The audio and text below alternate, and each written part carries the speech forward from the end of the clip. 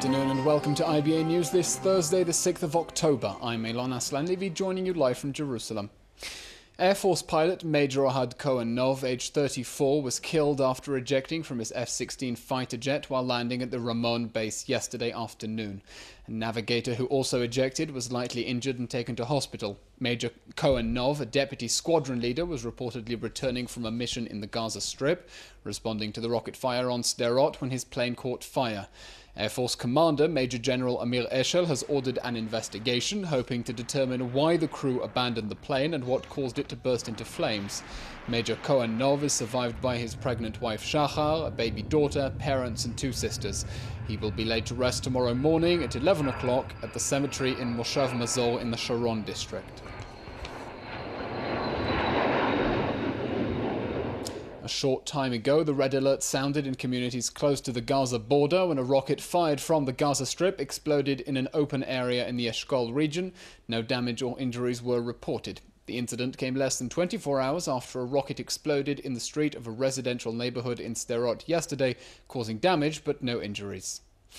6 Arabs, including 3 brothers and relatives of the same family from Rajah, straddling the Lebanese-Israeli border, were indicted at the Haifa District Court today for plotting terror attacks in Haifa. According to details cleared for publication, the suspected terrorists plan to use bombs manufactured with Iranian technology and smuggled into Israel from Lebanon by Hezbollah agents. Police and the Shin Bet arrested the suspects in September following a covert investigation after a resident of Metula discovered a bag containing bombs in a field.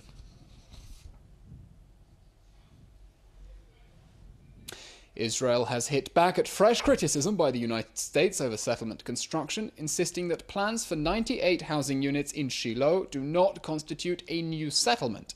Our diplomatic reporter Kalev Ben-David is here with the details. Kalev? Thanks, Alon.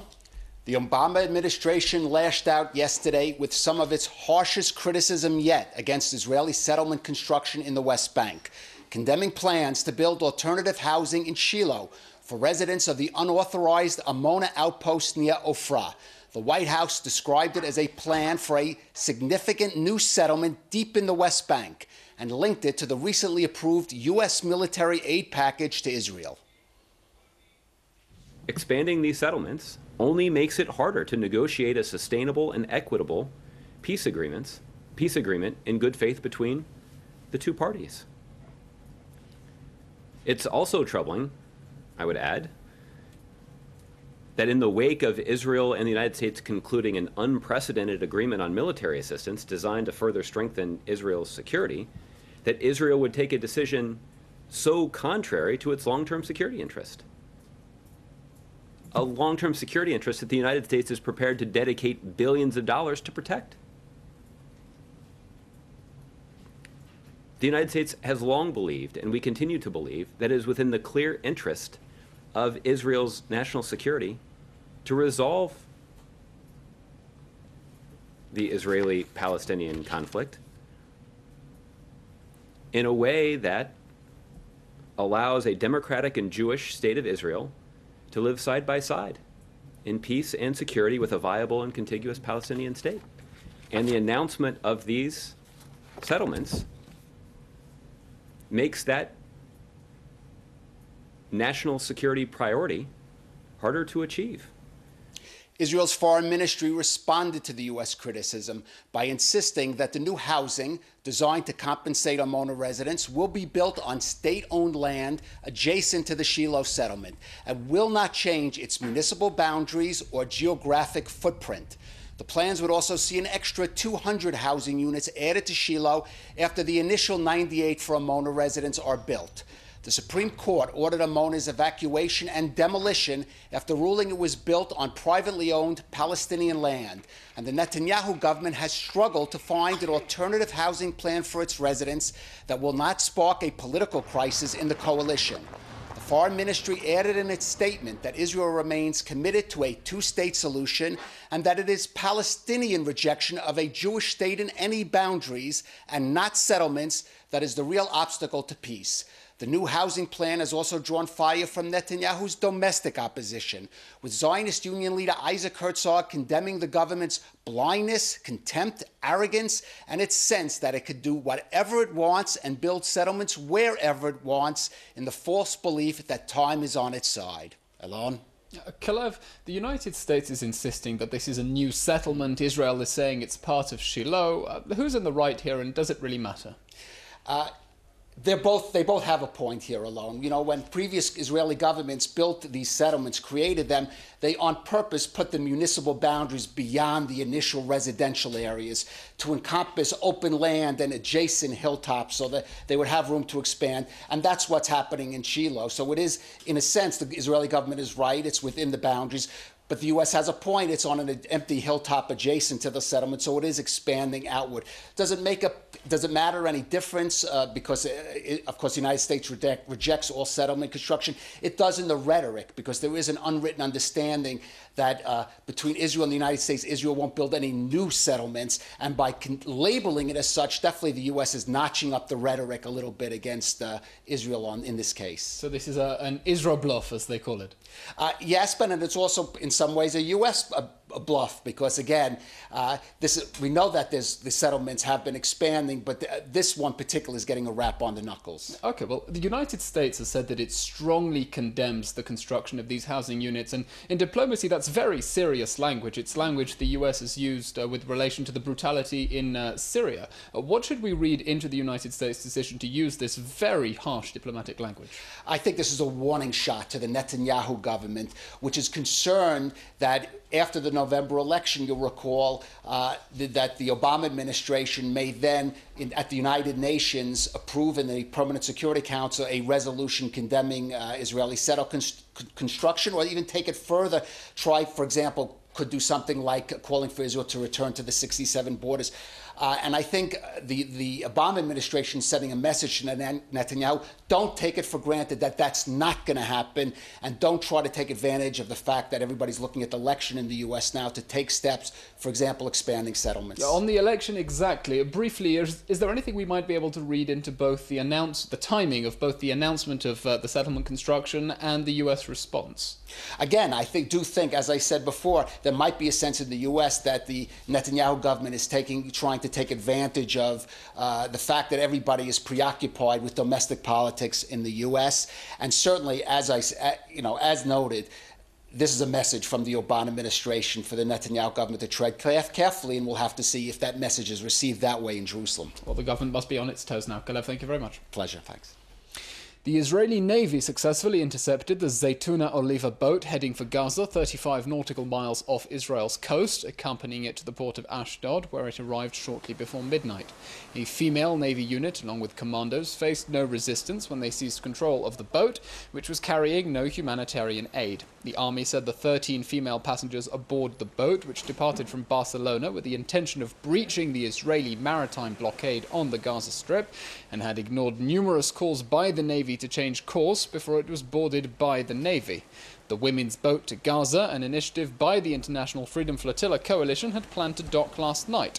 On arrival in Ashdod, the 13 women were transferred to authorities for questioning. Another boat, Amal 2, which was set to set sail with the Zaytuna, was forced to return to Barcelona due to a technical malfunction. Antonio Gutierrez, formerly UN High Commissioner for Refugees and Prime Minister of Portugal, has been nominated by the United Nations Security Council as the world body's next Secretary-General.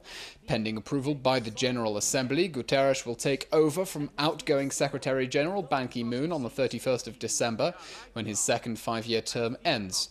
The announcement of unanimous agreement between Security Council ambassadors was made by Russia's UN representative Vitaly Chokin after a sixth informal poll behind closed doors. Today, after our sixth straw poll, we have a clear favorite, and his name is Antonio Gutierrez. And we have decided to go for a formal vote tomorrow morning at 10 o'clock. And we hope it can be done by acclamation. This is what we are looking at. So tomorrow morning, acclamation vote, and wish Mr. Gutierrez well in discharging his duties as the Secretary General of the United Nations for the next 5 years. A delegation from the prosecutor's office in the International Criminal Court has arrived in Israel for a 6-day trip, which it stresses is not a fact-finding mission. According to a statement by the prosecutor's office, the purpose is to hold meetings with Israeli and Palestinian officials at working levels, to raise awareness about the ICC and the prosecutor's work and address misperceptions about the body. Their delegation will also explain the preliminary examination process, which is currently underway, with regards to alleged crimes committed by all parties. The statement emphasizes that the delegation is not here to collect evidence in relation to alleged crimes, visit sites on the ground, or assess the Israeli or Palestinian judicial systems.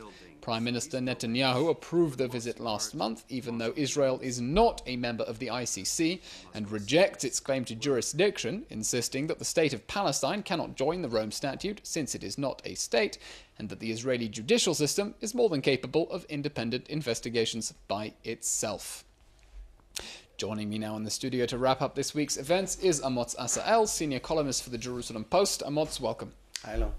Let's have a look at Syria, where the US has suspended ceasefire talks with Russia over Moscow's involvement in the bombardment of Aleppo. What options does that leave the major parties facing? Well, the Russians were trying to test the limits of Western indifference in general and American indifference or inaction in particular, and they've just found those limits.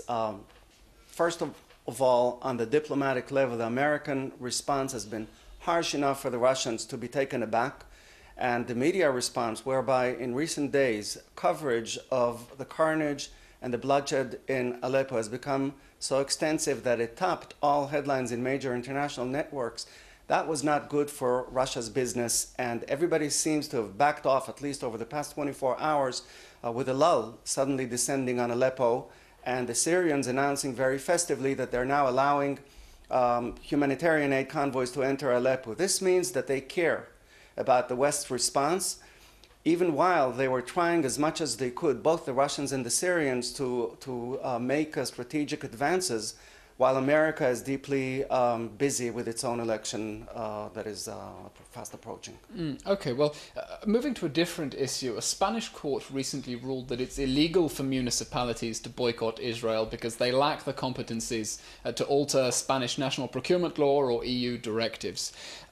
How significant is this ruling in terms of Israel's legal options to combat the boycott? It's very important. First of all, in terms of the legal statement, which is now a precedent for fellow courts throughout Europe, where much of this war is being waged, and it should also radiate to North America, which is an even more central arena in this very unique war. But more importantly, I think in terms of the public side of this struggle, this is significant.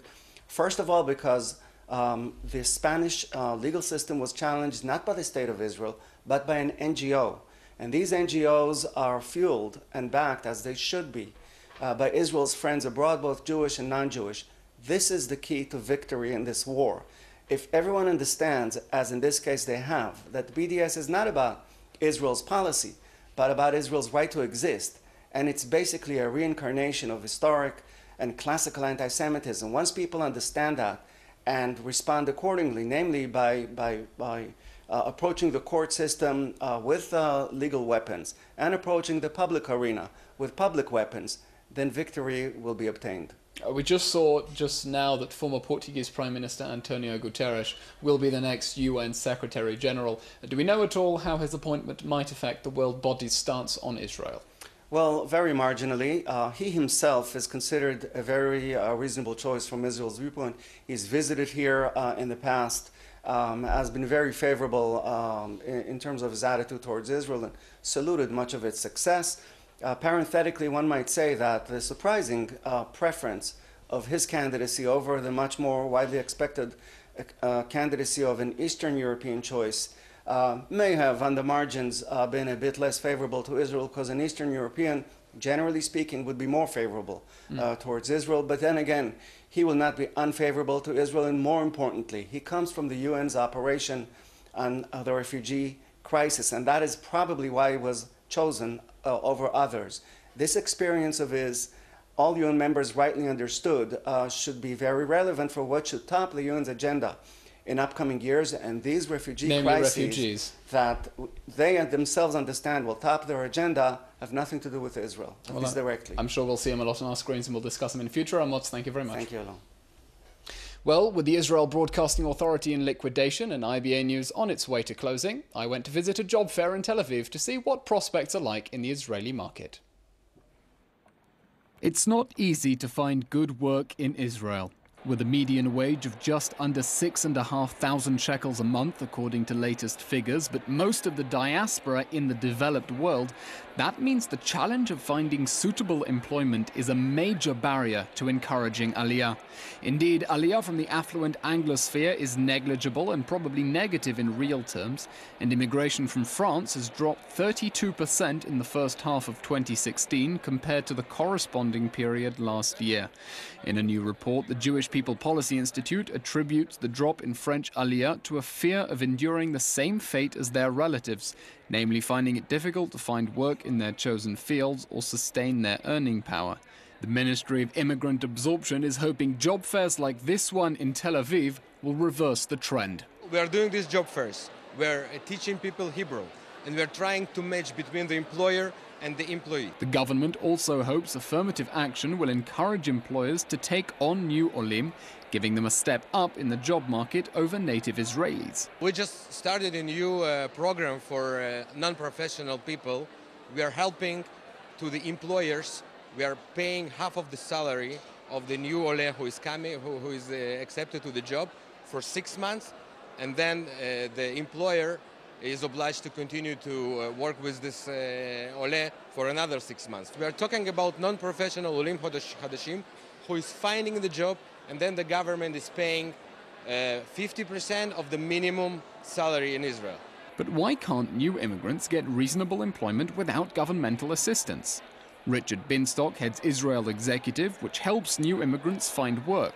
He says it's a structural problem in the Israeli economy. Nowadays, I think there's more candidates and people than open positions. I think it's a job-driven market, which means that the supply of people exceeds normal, full-time, even decent jobs. 9,000 shekels a month is a really good salary, and you grab it and you're grateful and you don't shop around and you don't think, well, hang on, that's less than what I expected.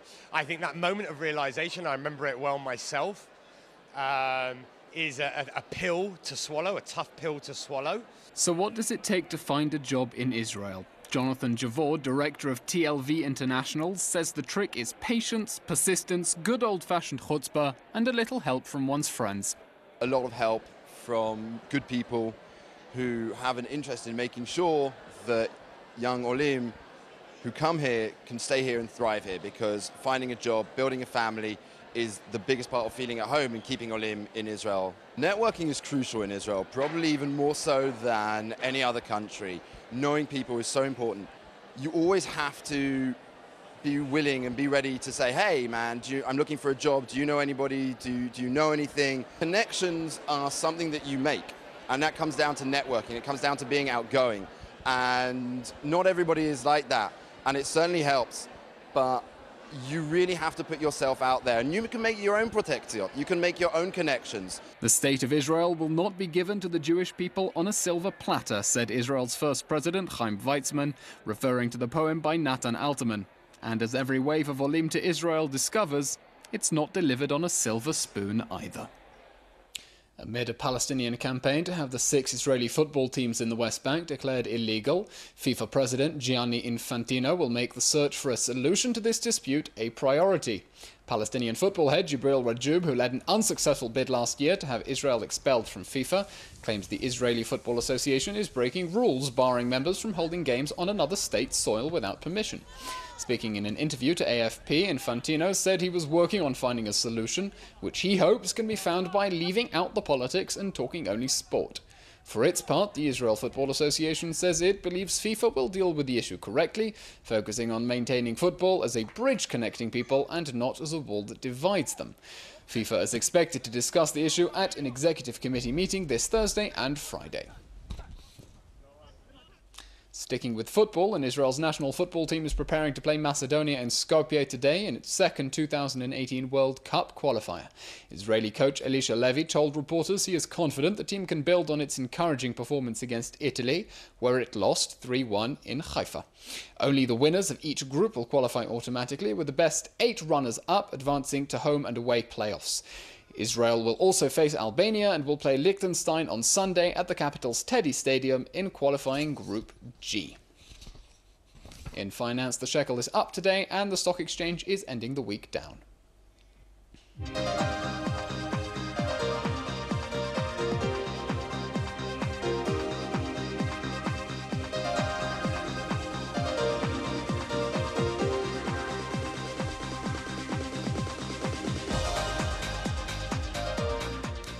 Weather tomorrow should be partly cloudy to fair with a slight drop in temperatures, which will remain stable on Friday and rise again slightly on Saturday.